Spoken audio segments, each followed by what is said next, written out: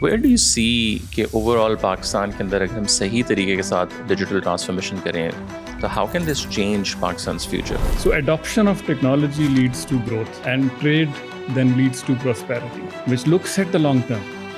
Nothing happens in 4-5 years. Although things might manifest themselves, but opportunities, if you want to tap them, they need to be invested in with resources, with people, and the results are going to manifest in a bit of time. They take time. But where do you see more potential in दोनों sectors के अंदर? In terms of productivity gains, productivity that can be leveraged. Look at our productivity numbers.